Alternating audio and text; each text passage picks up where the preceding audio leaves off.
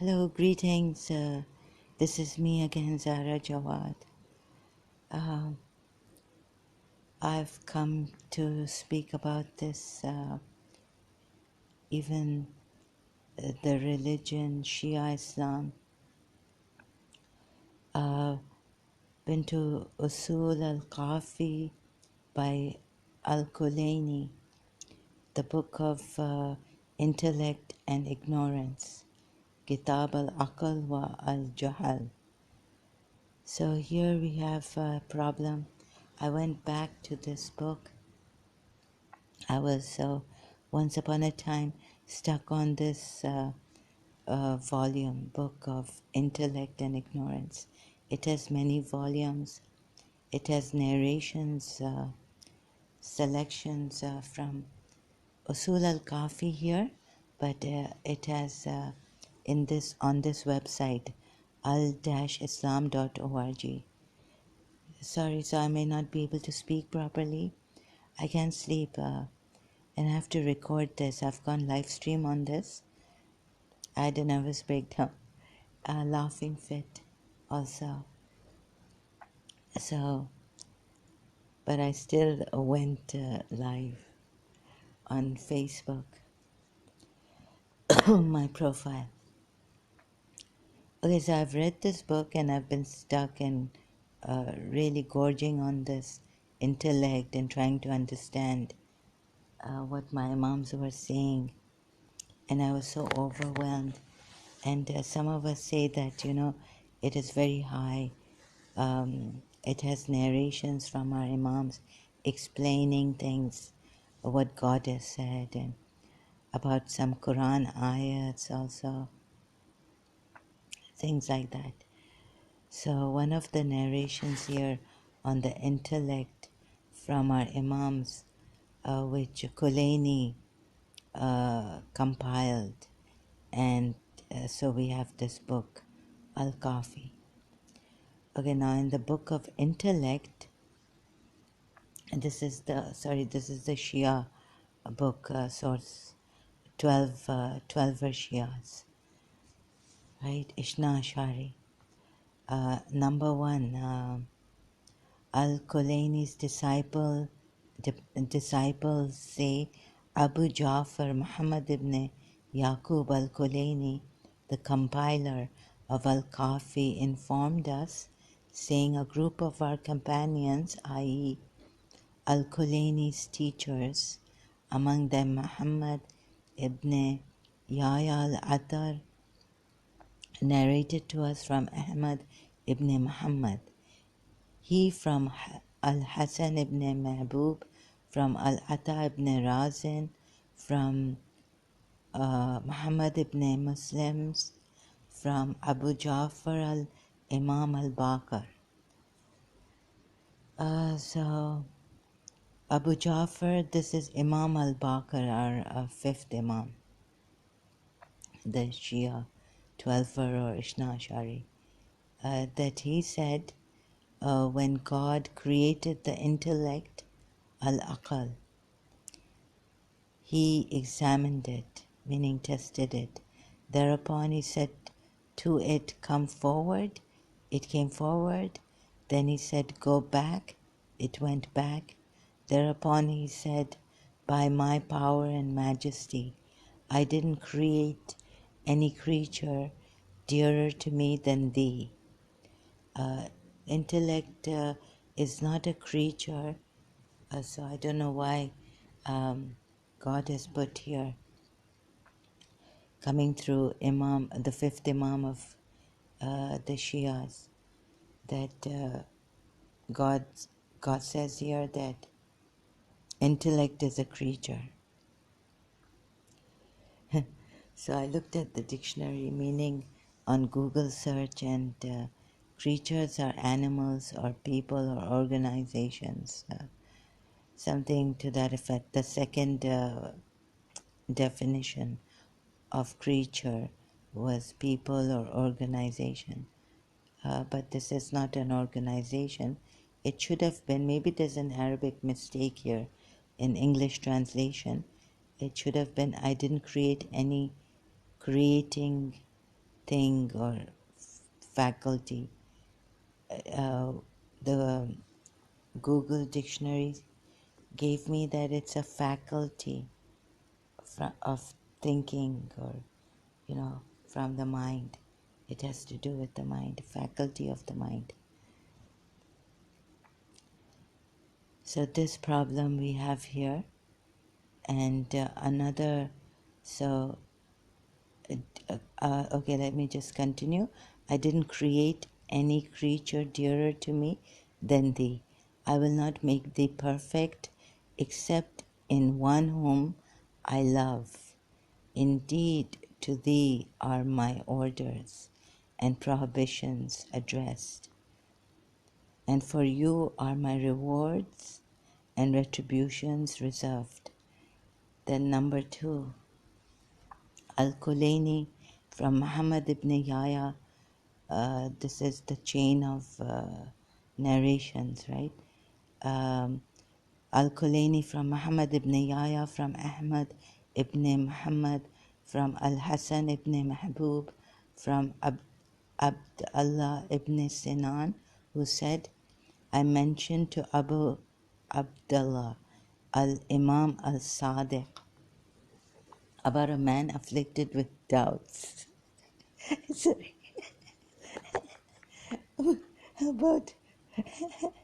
about a man afflicted with doubts about wuzu, ritual ablutions.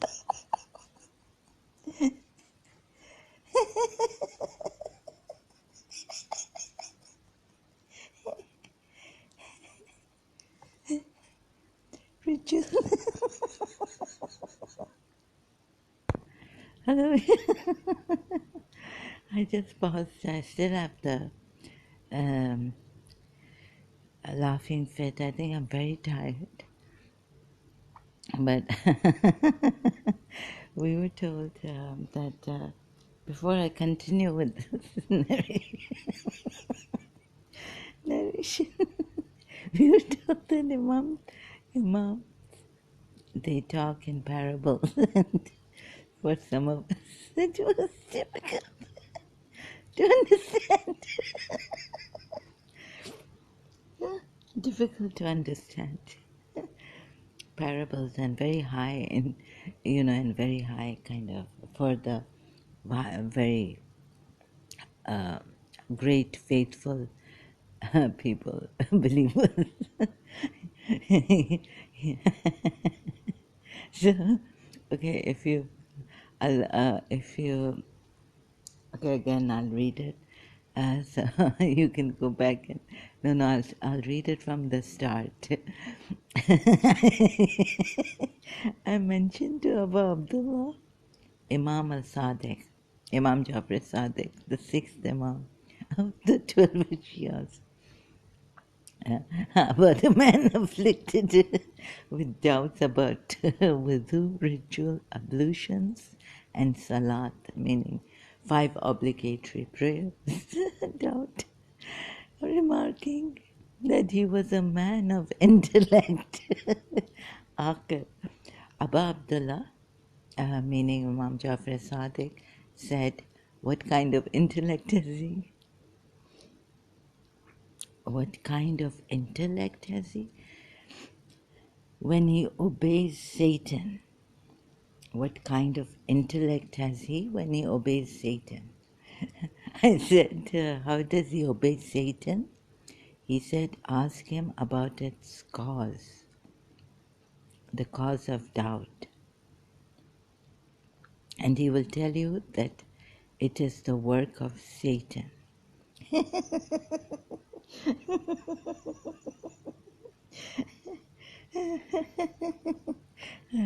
I need not go any further.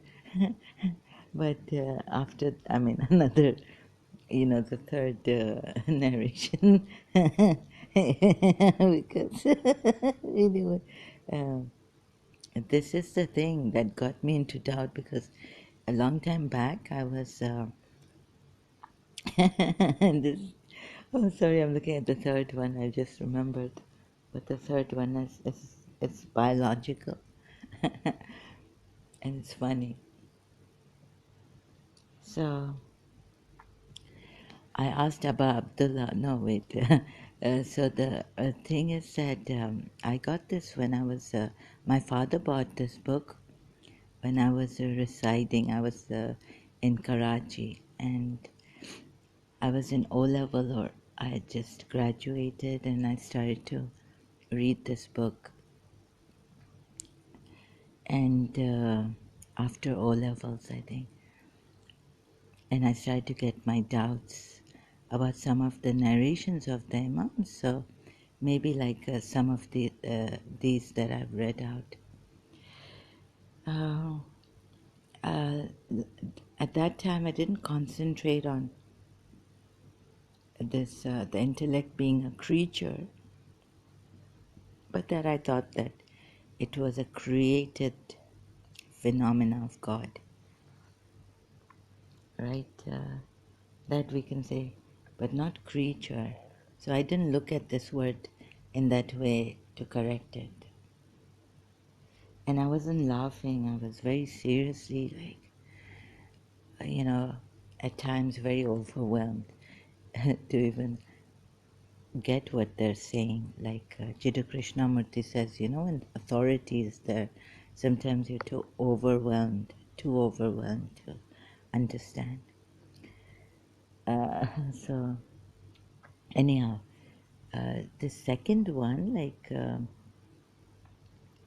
what is pure reason? And so, if this man, like I was told that Jews are very intellectual people. So, this doesn't make sense to me. This narration. Also, I mentioned to Abba Abdullah about a man afflicted with doubts about ritual ablutions and salat, meaning 5 times obligatory Islamic prayers, remarking that he was a man of intellect. So he was a man of intellect, and so Abba Abdullah's, our Imam's reply was, what kind of intellect has he when he obeys Satan? And this is not right. I mean, what kind of intellect? You mean to say that what kind of an intellect? He's an intellectual person. We have intellectual people like philosophers and uh, all these logicians, logic, using logic, reason, common sense. So, how to go about this? Like, I felt I needed a proper philosopher to help me and an articulate person like Dr. David Wood. um, intellect. So, said, what kind of an intellect has he when he obeys Satan? So that means he's not an intellectual person. If he was an intellectual person, he would not have obeyed Satan. I said, how does he obey Satan? He said, ask him about its cause, meaning the cause of the doubt. And he will tell you that it is the work of Satan. That doubt is the work of Satan, to doubt. Now, this is not about God's existence, and many philosophers have been observing and, asking questions about whether God exists or not. And this is a question about two particular rituals in this. One is one is ablution, and the other is salat. So, and his doubt on these two, not about the existence of God. So, we could doubt, like, why do we have to wash our hands and arms like this or face like this? Or every religion has their own form of ablutions and prayer form. So why does Islam have this kind of ablutions and prayer? So I felt that this is not a very wise way of giving an answer. It fails. It's totally unreasonable and unfair. So what kind of intellect has he when he obeys Satan?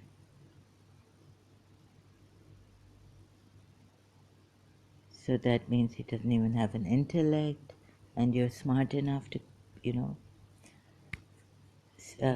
conclude that this is so. It's very, very strange for me. But I couldn't question it. I just had my doubts inside. And I said, how does he obey Satan? He said, ask him about its cause, the cause of the doubt. So the cause of the doubt may be that all religions have different ways of ablutions and different forms of prayer, even obligatory. So how is it that this particular religion, Islam, has this way of ablutions and salat?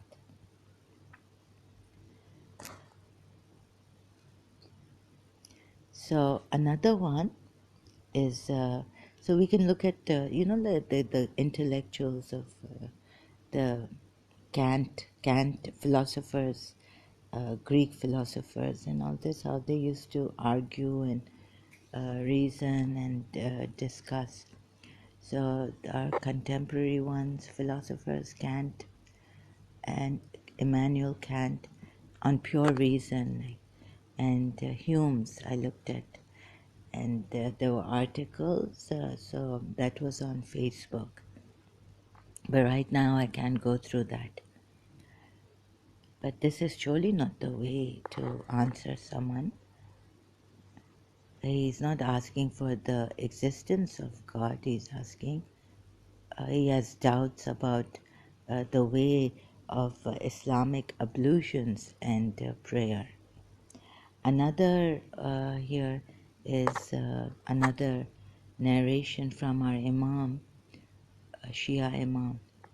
A group of our companions from Ahmad ibn Muhammad, from Al-Haytham ibn Abi Masruq al-Nahdi, from Al-Hussein ibn Khalid, from Ishaq bin ibn Amar, who said,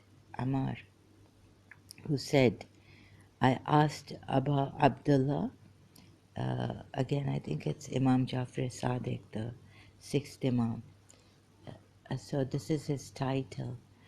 How is it that certain people understand everything on being told a little about some matter, and some people are such that they hear the whole thing and respond to it? But there are some others who, on being told about a matter, ask one to repeat it again.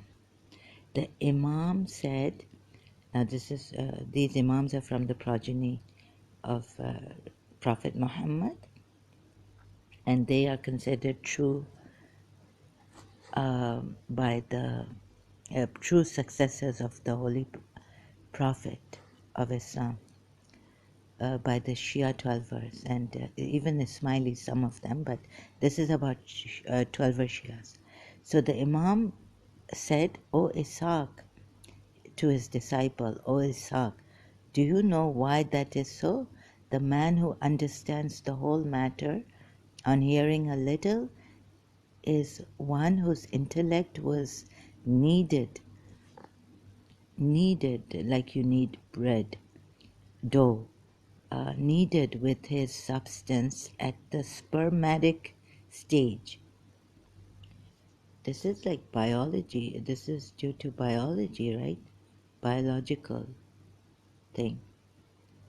The one who hears the whole thing and responds in accordance with what you had told him is one whose intellect developed in his mother's womb. And so this, it's not his fault. So the intellect sometimes develops in spermatic stage. The intellect sometimes develops in the mother's womb. And the man who requests you to repeat, repeat is one whose intellect developed after he grew up. So this is all biological, because of biological thing affect. And so some people have this, what you call it, deficiencies in intellect. Thus,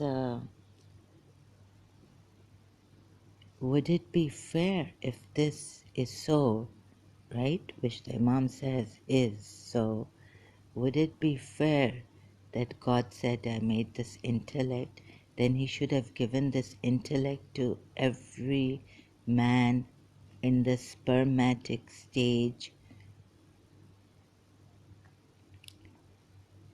to comprehend what the Prophet is conveying to them. So would this be fair for that person? If the intellect, and then the Imam, this is unfair. So if the Imam says, don't drink alcohol because it will affect your sperm, and then the intellect will develop later on, whatever the reasons for the intellect. Some people don't understand, and the development of because of the development of the intellect later on, in later years, like in the mother's womb. So they should not be like, they should not be judged as to, then if they don't understand. And you see, a man who, it's about this man, right? You are intelligent enough, so I need more articulation and all this to explain. How is it that certain people understand, certain people when they grow up understand everything on being told a little about some matter, and some people are such that they hear the whole thing and respond to it. But there are some others who, on being told about a matter, ask one to repeat it again. So these people, there are different kinds of people here, and the intellect works for different people. Imam accepts that and has explained it. And the man who understands the whole matter on hearing a little is one whose intellect was needed, meaning, like how you knead the dough of the bread with his substance at the spermatic stage. The one who hears. So there are different degrees of this, where the intellect develops, right? And then they grow up. When they grow up, it's that some of them can get everything. They can understand, comprehend everything with a little. You explain a little, and they get the whole thing. And so some people, you can, they hear the whole thing and they respond to it. Okay? When they hear the whole thing, then they respond to it. But there are some others who, on being told about a matter, ask one to repeat it again and again, like in old age, something. Can you please, or when you, example, when you're in a shock or something. So this is the deficiency of the intellect in them. Depends on which stage the intellect has grown or has been developed. And so could it be also, how could God, who says that this intellect is the best, would do this to people? Because the first narration about in this book of intellect, in Al Kafi, the volume or book of intellect, as we say, and ignorance, is that when God created the intellect, he examined it. Thereupon he said to it, come forward, it came forward. Then he said, go back, it went back. Thereupon he said, by my power and majesty, I didn't create any creature dearer to me than thee. So it obeyed. The thing is that shouldn't this intellect,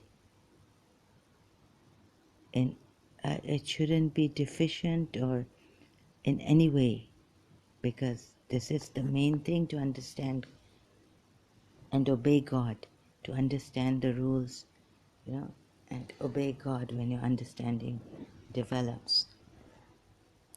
And so it shouldn't have this deficiency where some people's intellect grows in the spermatic stage and some people's develops or grows or develops. Sorry, I have to be very careful about the words again. I'm also slow, so maybe my uh, intellect has developed in my mother's womb. Or no, the man who requests you to repeat is one whose intellect developed after he grew up. So why would God do this since you are a believer in God? So what about these people? What about their of their punishment? So we say that okay, if you have to consider these cases differently, I guess, for different Muslims who are born when and they're born and their intellect has developed after they grow up. So this is deficiency in intellect, and such a great blessing it is. It is the greatest, I think, for a man. So God loves. I didn't create any creature, any faculty of power dearer to me than the. It says creature here, but I just want to put faculty, power of the mind or faculty of the mind, dearer to me than thee. I will not make thee perfect except in one whom I love. I will not make thee perfect except in one whom I love. So this means that if he doesn't love a mother or then or he doesn't love the father, or he loves the father, then his intellect would have developed at the spermatic stage. So, because the father is very religious, righteous, and pious, let's say, right? And the one who hears but this is not what Imam has said. He's just explained a certain matter, and then I don't know later on if if a narration comes by our Imam, which explains even further how God will deal with them. But this is so sad to which I would. What does God say here again? That I would love. Oh God, I also keep forgetting now. I didn't create any thing dearer to me, creature dearer to me than thee. I will not make thee perfect except I will not make thee perfect except in one whom I love. So then, I guess very few people God loves whose intellect develops biologically in the spermatic stage.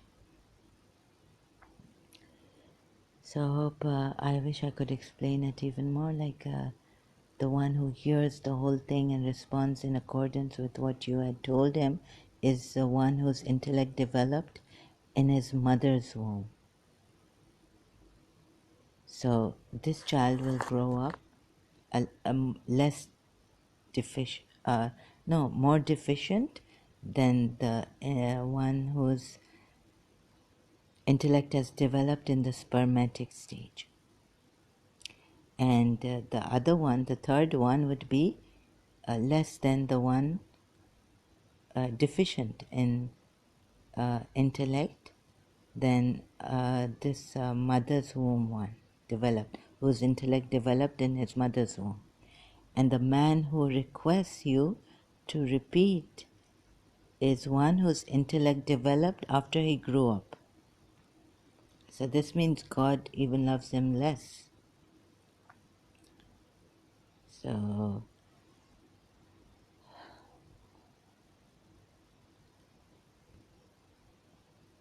and if later on, if Imams explain something, or I don't know how to say this really, I need a more articulate person, so I'll just stop here. This is really unfair, I feel, in my opinion. And even this one, the last, the third one, the second one I mentioned, second narration, about doubts in ritual ablutions and salat, 5 times prayers. When the man was he's told this man was considered an intellectual man. He was a man of intellect. Abu Abdullah said, what kind of intellect has he when he obeys Satan? So Satan has given him the doubt and he is obeying Satan.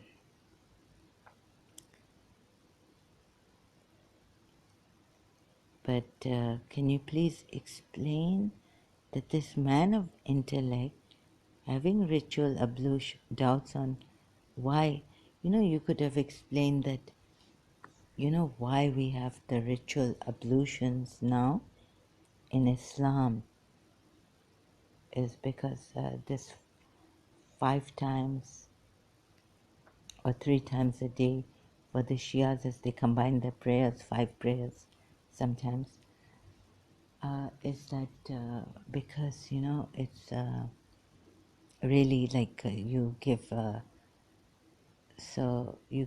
some great reason intellectually, and then this intellectual person would understand. He just has doubts. So let's say his friend came and said, my friend has doubts, and but he's an he's an intellectual person, and so if you can explain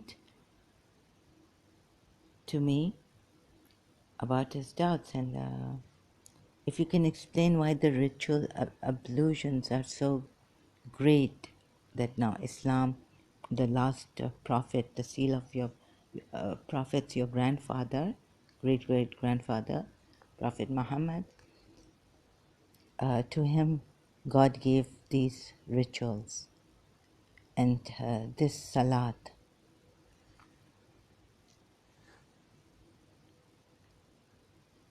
When he obeys Satan, so he should not have any doubts. A man of intellect would not have doubts. But I would like to, deny. Kind of disagree with this. Sorry, I need to I beg to disagree with the reason that Imam Jafar Sadiq has given here. It's unfair. So doubt comes from Satan, But you said that what kind of an intellect? But he's a man of intellect. If doubt comes from Satan and he's a man of intellect, then Imam Jafar Sadiq is saying, no, he's not a man of intellect, right? But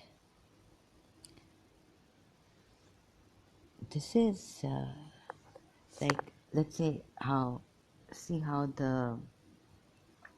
this is something, another philosophical reason, logical reason that I have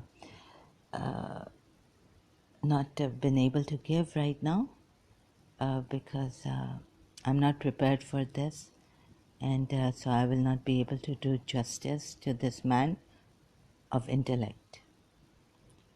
See, the reason you can say that, okay, he has doubts, so we say that, oh, this man just came to test Imam Jafar Sadiq. So it would be like,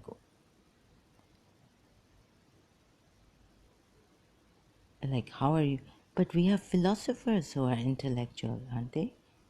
We had these contemporary latest Kant, Immanuel Kant, and what was his contemporary, Hume's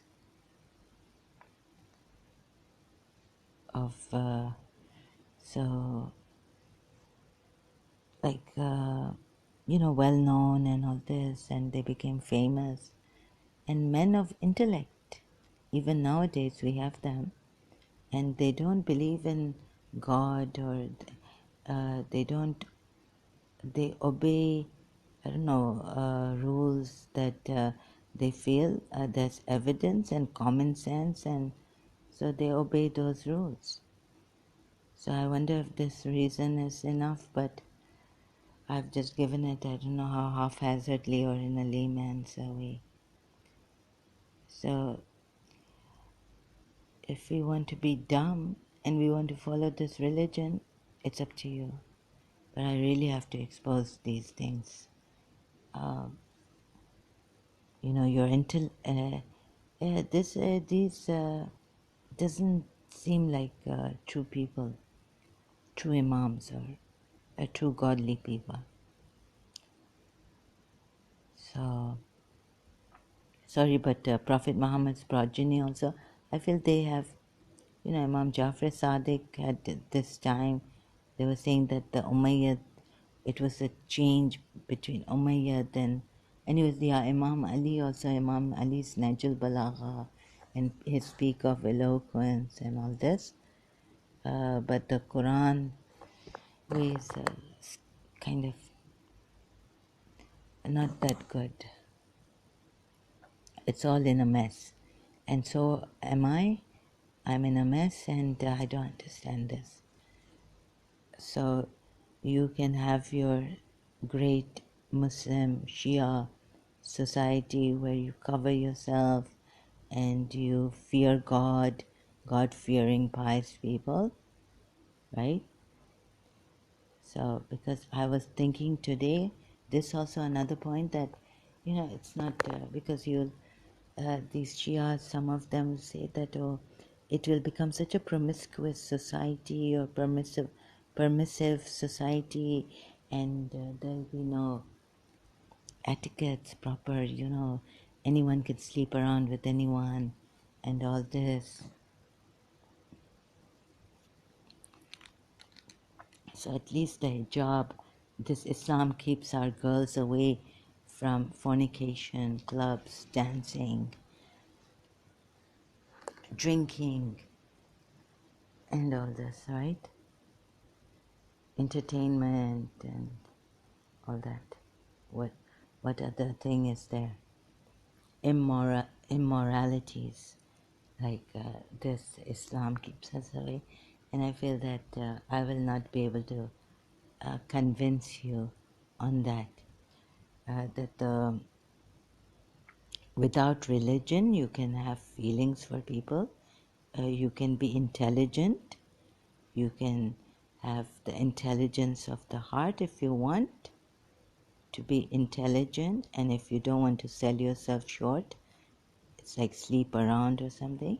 Even without religion, you can have that thing and be moral, have some compassion, be morally obligated, have your duties to your fellow human being, have feelings for them. But too much strictness and too many laws and too much this fear of God and too much fire. You know, if you don't do your job, you'll burn in hell and burn, burn, burn.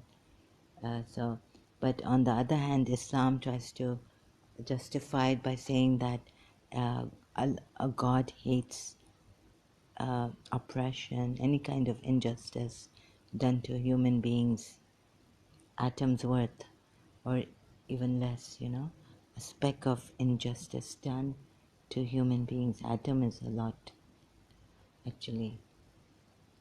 So I cannot say atom because atom is very powerful. So I guess even a small injustice would be very, the smaller the thing gets, the atom size is very powerful. So you never know what effect it has on the other and on the environment when you're doing it, when you're being, when you're harming someone or when you're deceiving someone or when you're lying. So there are Quran ayats which say that you should not hide evidence when you have evidence. So let's see how we'll discover whether this. So for the Shias, it would be to see if any of the Imams have hidden evidence or if they are true Imams. They would not hide, they would not steal from other people. The Greeks and Alexandria library, and the Greek philosophers or the Roman philosophers. Uh,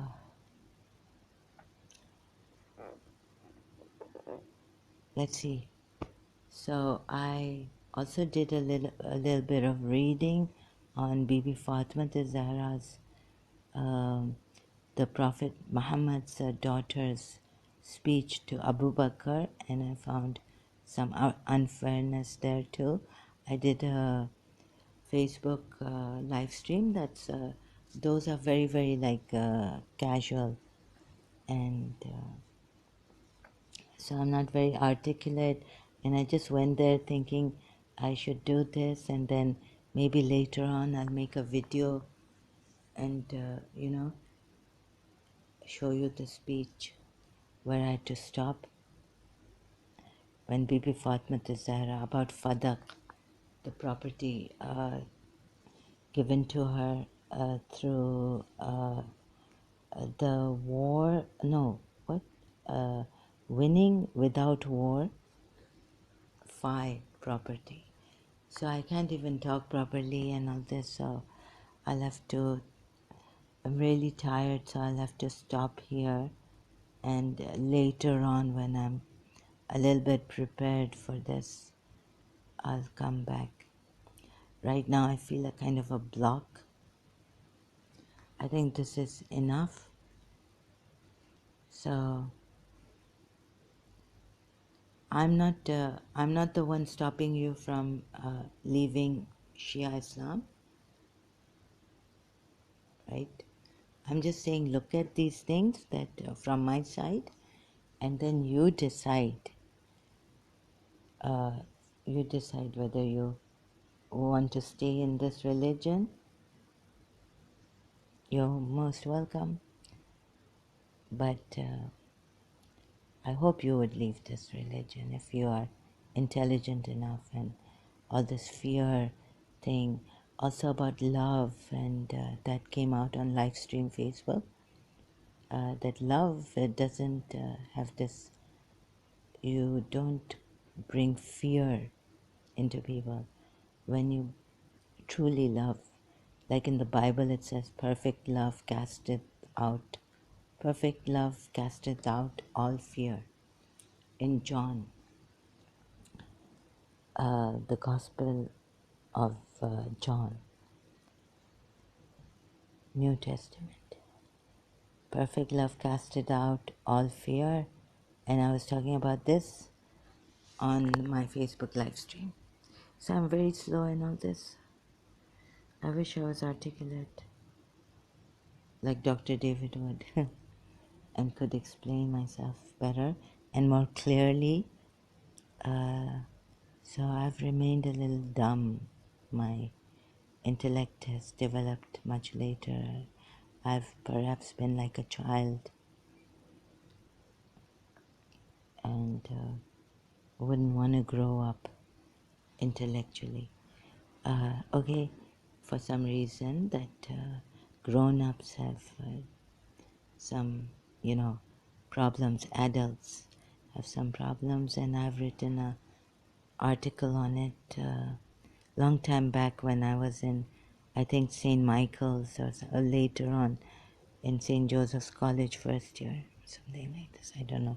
Can't remember exactly when, but during that time, in the 89, 90s, Grown Ups Playground, which I have posted on my, on Facebook. So, how mature are we, and what is this intellect? Will it obey when, like we say, the Britishers' common law, that what would a reasonable man do, or things like that. A reasonable man was so a reasonable man, and this is about a revelation also. So, and also some people are not, their intellects have not developed biologically. Biologically, they've not developed. So maybe God will forgive. I mean, God will definitely forgive them. We are told that mentally challenged people, God does not require any, for them to obligate them to do, perform prayers and all this. He totally, they are exempt from all this religious things, rituals and all, and obligations, religious obligations.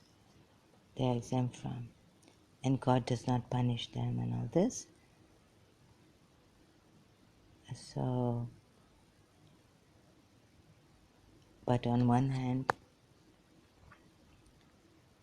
they would be feeling that, they are not loved by God, because, on the other hand, because God here says that in Al-Kafi, first hadith from the Imam,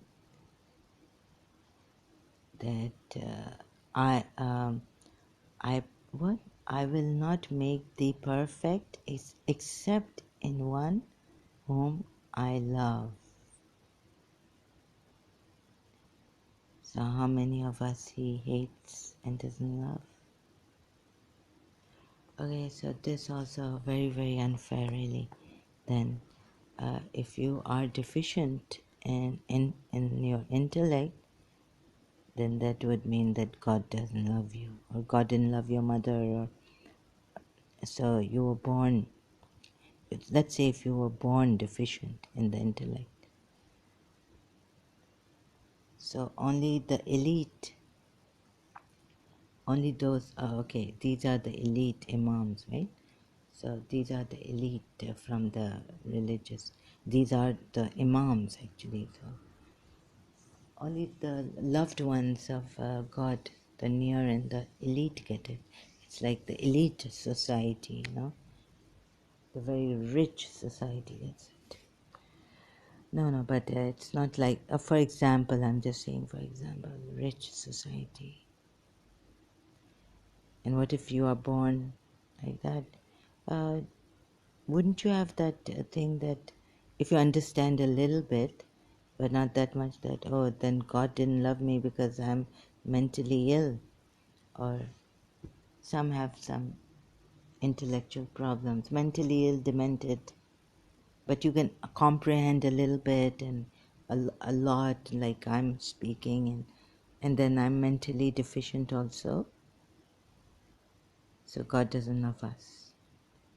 Okay, so if you want to follow this religion, you are welcome, but please don't tell people that they will go astray if they don't follow this religion, because there are some, our societies are not going to become immoral, or the first thing, like Sadhguru even said that moral and compassion, like there should be this feeling from inside, compassion for human beings.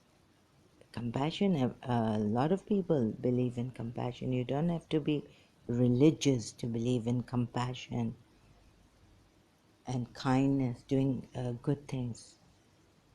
It's your inside. If you have more of that, then what about that? What I guess, I mean, I just wondering what the Imams would say about that. If you have more of compassion, some people have to really try hard to be, like I had to struggle to be a good person, and and it backfired. When, like, since year 2000, it got even worse, and I became worse. So that was not my aim. My aim was to become a good person. So this goodness is so many points here. I hope I'm not confusing you or derailing from one topic to another. The thing is that you can, all this, you can be you don't have to be religious to be a good human being. For example, I was reading Bertrand Russell. I think he was an atheist. I was, yeah, I had his book. So, he was a good person. Conscience, right and wrong is there in a human being. A conscience, not conscious, but like conscientious. Conscience with a SCIENCE. Conscience, right and wrong. That we say everyone has, and that needs to develop. It depends on how we are brought up, the society's influence, and all this, and some religious laws and all coming in, and practices. But shouldn't the right and wrong come from, like every culture has different right and wrong, and the basic thing is a right to life, and no slavery. All this developed later, that we shouldn't have slaves, human slaves, and all this. So some cultures have something, different things, and then there are some relative right and wrong, and some absolute, looking for universal, even if they're not absolute, but they're like a little better than the, changing, what do you call it, right and wrong, changing right and wrong. How shall I? This is my English, and this is my way. My way, or it has become that way because demented. So the high intellectual people, as we Shia thought we were, after Rasulullah, Imam Ali, and it's getting better, higher and higher.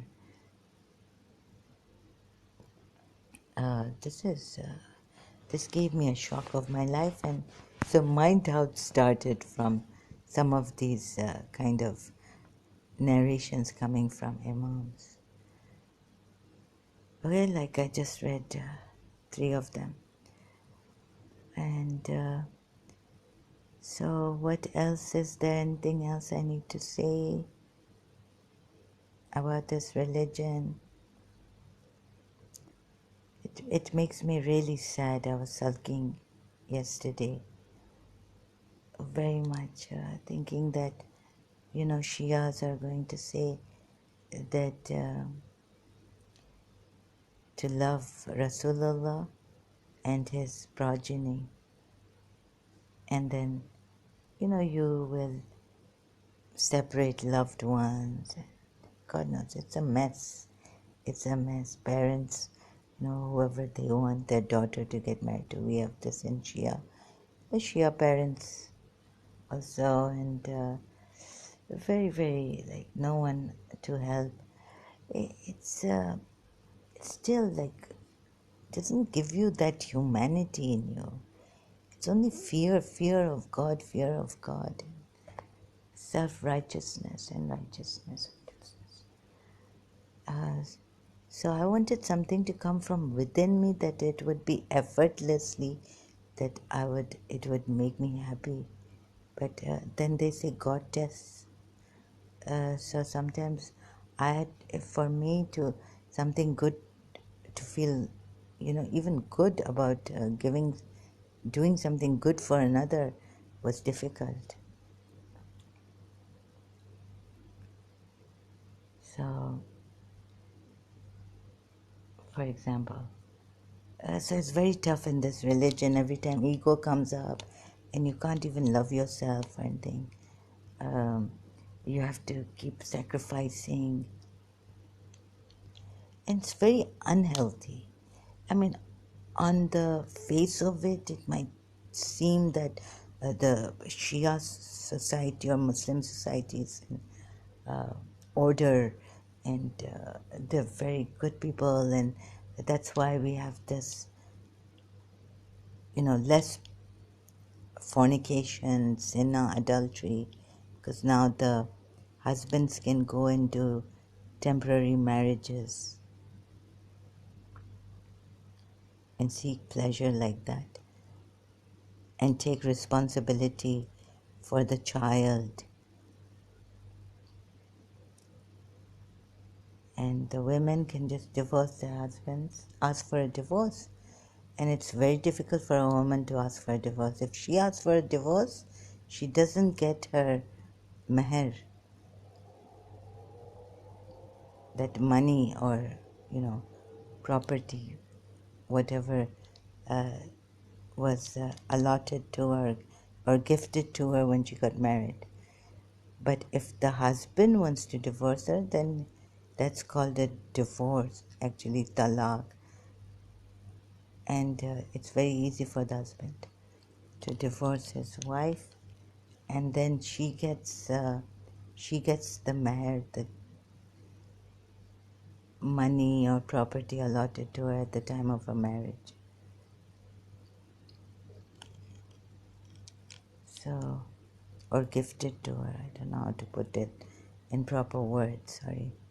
So I'm very slow in all this. So this could be very boring for you Shias and the other people, and you may not like me. But please, just, I hope that I don't come in this religion ever. What Muhammad and his progeny has done is beyond repair now. There's so much damage done. Uh, you know, quite nice sex, temporary marriage, pleasure, and this will keep the society clean, morally clean. No one will, like very few people will be doing adultery or fornication. Good for them. But I think the other way is a more slower way.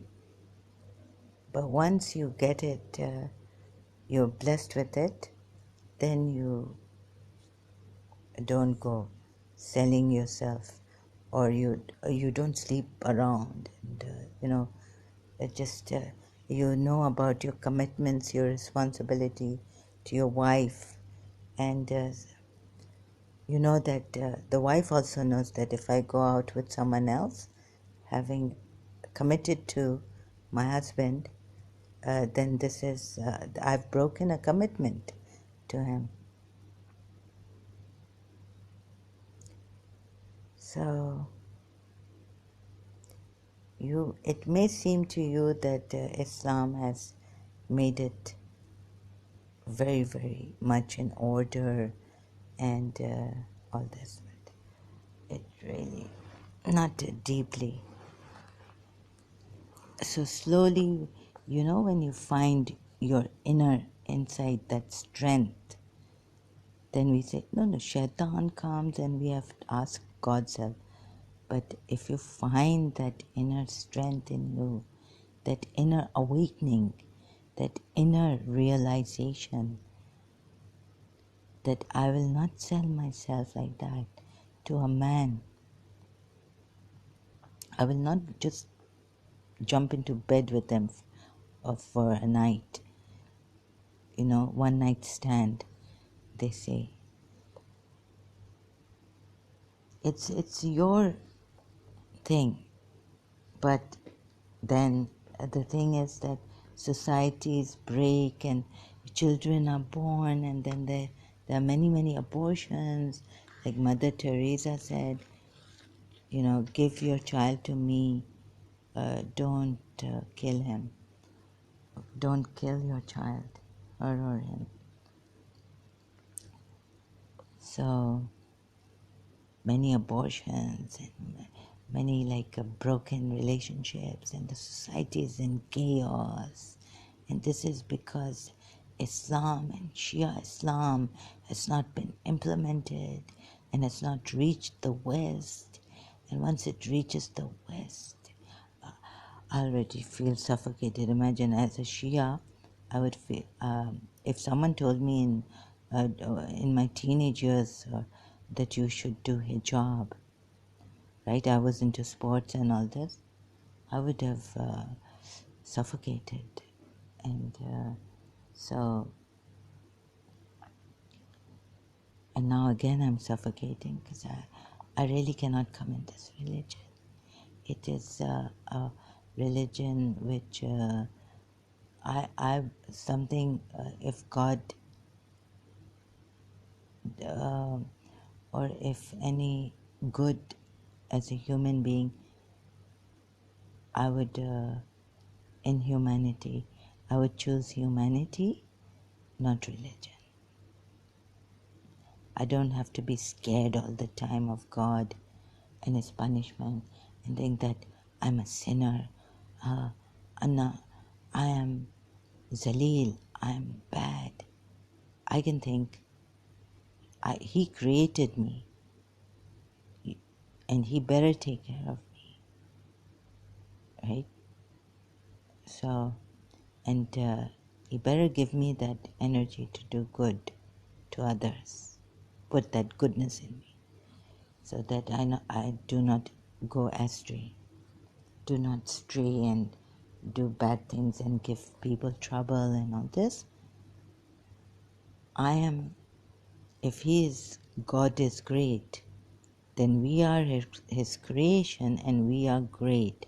So when we go back to that source, Allahu Akbar, the great Allah, there's no way, once we realize that completely, truly, glory be to God, right? Then all His laws, rules, and everything we cannot falter in. We cannot fail. No way. So I've been thinking either we are mad, insane, we don't care, we're careless or not sincere. I know how sincere I was. I wanted to save myself. I don't want to go to hell. Who wants to burn in hell? Fire. So, on the other hand, He's merciful and He forgives, but I didn't want to sin because inside of me, the guilt would come all the time, right? No. Save me from sinning, God. I've put the reins of my soul in your hands. I surrender to your will. First, we're supposed to make a niyat, intention. Still failing and becoming demented. Anyhow, so for me it's failed, and I'm not going to beat myself up and beat the shit out of myself, right? Keep beating the shit out of myself, be hard on myself. Sorry to put it this way. I'm very, very tired actually. So something God had to, sometimes His mercy carries us. How can I fail when I have, you are my, I've given the reins of my, I've surrendered to you. I've given the reins of my soul, my desires, everything to you. How can I do bad? How can I say I'm bad all the time, and my self-esteem going down? And when a child says self-esteem is down, I've seen it, I've experienced it. They, I'm bad. They can never do much good. Until one day they realize that, too much self-criticism and getting too much criticism from others is also not healthy.